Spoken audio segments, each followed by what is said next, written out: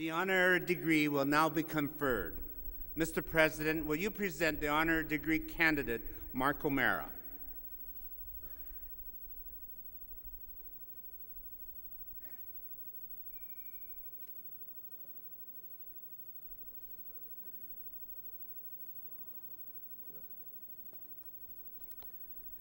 Mr. Chancellor, it is with great pleasure that I present Dr. Marra.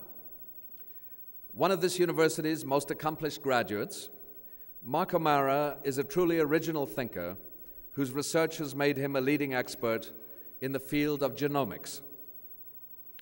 After completing his PhD at Simon Fraser University, Marra accepted a postdoctoral appointment at Washington University, where he immersed himself in groundbreaking research focusing on the complete analysis of the human genome. His talents quickly recognized, he was appointed group leader of 2 research teams, and while there he developed the mapping methodology that became one of the keys in documenting the human genome. Dr. Marra could easily have remained in the United States and taken any one of a number of prestigious appointments. Instead, at the invitation of the Nobel Prize laureate Dr. Michael Smith, and to our good fortune, he returned to his native province to become Associate Director of the Genome Sciences Center with the BC Cancer Agency. And today, as its director, he is internationally renowned for his involvement in mapping more than 50% of the code of the human genome.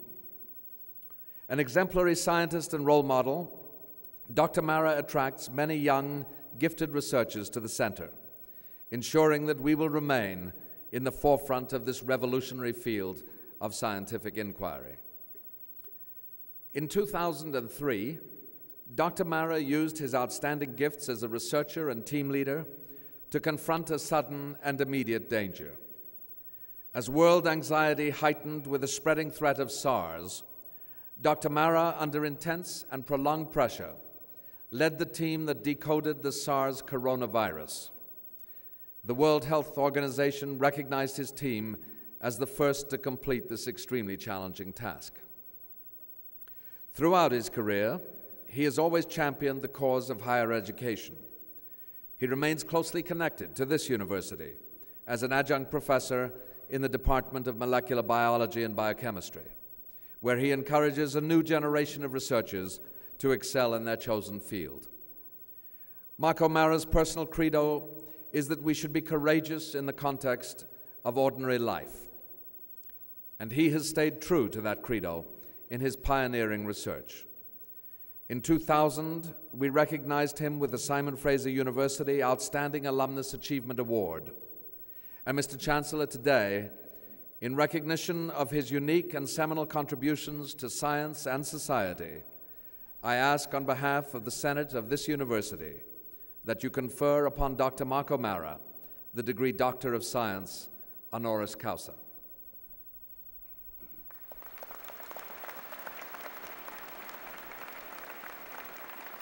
Marra, by virtue of the authority vested in me and in the Senate of this university, I hereby admit you to the degree of Doctor of Science, honoris causa. Dr. Marra will be hooded by Dr. John Waterhouse, Vice President, Academics.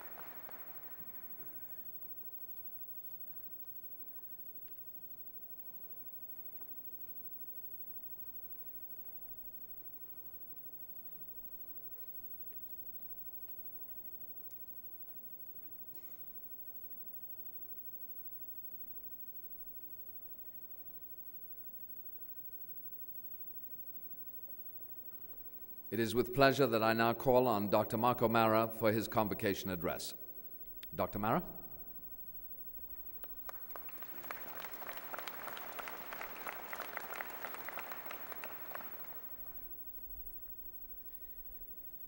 distinguished members of the university, honored guests, and most importantly, soon-to-be graduates, thank you very much for the honor that you have bestowed upon me in awarding this degree.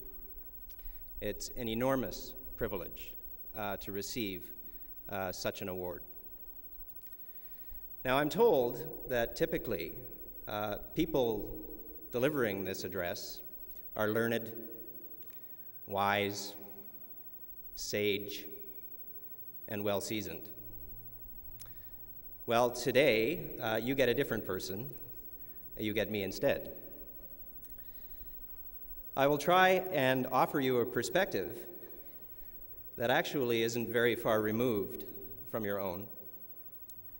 But before I do that, I want to acknowledge many for the numerous contributions that have resulted in this honorary degree. First and foremost are the men and women of Canada's Michael Smith Genome Sciences Centre at the BC Cancer Agency. They collectively have made the Genome Sciences Centre an internationally recognized force in the fields of genomics and bioinformatics. With the sequencing of the SARS genome last year, these individuals demonstrated that they are as competitive a bunch as can be found anywhere. A good number of them have degrees from this university, including Dr. Stephen Jones, Dr. Sharon Gorski, Dr. Angela Brooks-Wilson, Jacqueline Shine, and others. They, and all members of the staff, set high standards in their dedication to research, their ingenuity, and their work ethic. Thanks are also due to the British Columbia Cancer Foundation, who established the Genome Sciences Centre, to the Michael Smith Foundation for Health Research for their support. Thanks also to Genome British Columbia and Genome Canada, who are striving to create an environment in Canada that nurtures the type of science that we do. Thanks are also due to my family, Sharon, Zachary, and most recently Sophie, who make life much more than the sum of its interesting parts. So, faced with the great pleasure and privilege today of providing a convocation address, I thought that I should commence by, first of all, congratulating all of you on receiving your degrees from a world-class institution. Certainly, Simon Fraser's location high atop Burnaby Mountain is a suitable metaphor for the high regard in which the university is held, the high standards set by the organization, and the notable achievements of the university's graduates over the years. Now, I'm keenly aware that I am standing before some of the country's best and brightest, and among you, there are those who will go on to careers in diverse areas, research, perhaps, teaching, writing, and so on. But you will all bring with you experiences gleaned here at SFU. These experiences have shaped you and your perspectives, preparing you for the challenges you may encounter as you tackle the next major phase of your lives. Your university experiences have left an indelible stamp upon you, although you may not yet realize it. With the intention of making these remarks relevant to you at this stage of your career, during the preparation of this address, I reflected back to a time 15 years ago when I was seated among my fellow graduates, as you are today. I recalled my concerns, my hopes, my plans, but mostly my concerns, particularly as related to my career. I was uncertain about what to do and how well I would do it. I felt rudderless and without direction. This, coupled with the rejection of my application to veterinary school, left me wondering whether I had made the right decision in completing my bachelor's degree.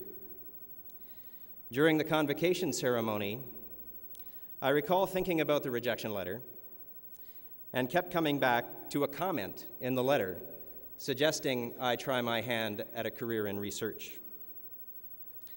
I guess it was common practice in those days to attempt a career in research if one didn't have what it took to be a vet. At that fateful moment 15 years ago, I decided to take the advice offered to me in the letter and try my hand at research. I was fortunate indeed that the opportunity to do this was offered by Dr. David Bailey, now in molecular biology and biochemistry here at Simon Fraser University. And this brings me to a major theme in my address today, which is the importance of opportunity. On several occasions, I have been extremely privileged to have had the mentorship of outstanding and passionate scientists. Over a period of 5 years leading to my PhD, Dr. Bailey challenged me, coaxed me along, guided me, and occasionally threatened me. The mentorship and the opportunity provided by Dr. Bailey allowed me to test my aptitude and confirm my passion for science. And so, armed finally with my PhD, I set out with my wife to Washington University Genome Sequencing Center in St. Louis. I spent more than 5 years in St. Louis working on the Human Genome Project and was fortunate once again to work under the guidance and mentorship of another brilliant mentor, Dr. Robert Waterston, who was the director of the center. Once again, I was the fortunate recipient of world-class mentorship and lucky to encounter numerous challenges and opportunities that Bob presented to me. I was working in St. Louis when I was approached by Nobel laureate Dr. Michael Smith. Michael was working with Dr. Victor Ling, Vice President of Research at the BC Cancer Agency, to establish a genome center in Vancouver. After many discussions and meetings, both in Vancouver and in St. Louis, I agreed to join Michael, Victor, and my colleague, Dr. Stephen Jones, to establish the BC Cancer Agency Genome Sciences Center. And here, once again, I was the beneficiary of opportunity, this time created by Michael and Victor. And once again, I was the beneficiary of world-class mentorship provided by Victor and Michael as we created a world-class genome center. All this is to say that one is neither too old to benefit from mentorship and opportunity, nor are you too young to provide these valuable items. I am absolutely convinced that the mentorship and the opportunities provided to me by Drs. Bailey, Waterston, Ling, and Smith, among others, have been the single most valuable ingredients in helping me realize my career goals. I believe these factors will be of critical importance in whatever you choose to pursue, and so I offer the following suggestions. Be aggressive in seeking out opportunities, and recognize that often the most important opportunities are cloaked in adversity. As such, they may be difficult to recognize at first. Often, recognizing them requires fresh perspective, and perspective is something that the very best of mentors can provide. In seeking opportunity, be aware that you can provide opportunity to others. Your willingness to work with others and help them attain their goals will generally enhance the level of achievement around you and has the potential to transform mediocrity into excellence. This transformation, in turn, will yield results that will transcend what you can achieve individually. Seek out world-class thinkers who can and will provide mentorship. You have encountered within the university environment numerous examples of such individuals, and throughout life will encounter many more. Aspire to attain their level. In seeking mentors, remember that you yourself can become a mentor. You have relevant experiences and will gain many more. Throughout your professional and personal lives, you will meet those who will look to you as a mentor. Be generous with your time and try to set examples of leadership. Nurture those who seek your input and strive to infuse them with your enthusiasm and your passion. Now, recognizing and providing opportunity and seeking and providing mentorship both involve people working together to attain goals. The concept of working together, or collaboration, is the other theme I want to address before I sit down. The British Columbia Cancer Agency Genome Sciences Center, also known as the GSC, was established in 1999 with 4 original employees and is now more than 150 strong. Staff come from a variety of different backgrounds, from mathematics to accounting, and from biochemistry to physics. There are people with bachelor's degrees and master's degrees and PhD degrees and people without any sort of degree, all working together in a highly coordinated way. They apply the tools of genomics, bioinformatics, proteomics, molecular biology, and biochemistry to important problems related to health and disease. In my view, a major feature that distinguishes the Genome Sciences Center from other science organizations is the existence of common goals and an infectious team spirit that permeates the place. Everyone works together at all levels throughout the organization. This spirit of collaboration is extended to individuals and organizations outside the Genome Sciences Center and has yielded much good science. Perhaps the most visible example of how this collaborative philosophy is enacted has been the sequencing of the SARS genome that President Stevenson described. This was achieved in close collaboration between the Genome Sciences Center, the National Microbiology Laboratory in Winnipeg, and the British Columbia Centre for Disease Control. Working closely together, these three institutions were able to sequence the genome of the SARS virus within a very short time. Without close collaboration, without working together, this simply would not have happened. I think there's an important point that this specific example highlights. When people and organizations work constructively together to achieve common goals for the public good, they can realize synergies that result in real advances, well beyond the capacities of the individual.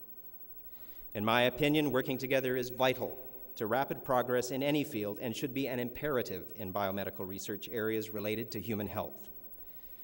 To achieve maximum benefit for the money spent, I would argue that it is our responsibility to create optimally productive, collaborative research environments to tackle significant issues and speed important discoveries. I would argue that people's lives depend upon it. These are weighty considerations, but such issues impact us all. As creative and thoughtful individuals who shape environments, you share the responsibility for thinking about such issues and for developing and articulating an opinion. Well, this brings me to my closing remarks. I encourage you to seek and provide opportunity and mentorship. Work together to achieve goals beyond individual reach, uphold the highest standards of personal conduct, and be compassionate in your interactions. I wish you the best of luck. Thanks for your indulgence, and congratulations once again on your tremendous achievement.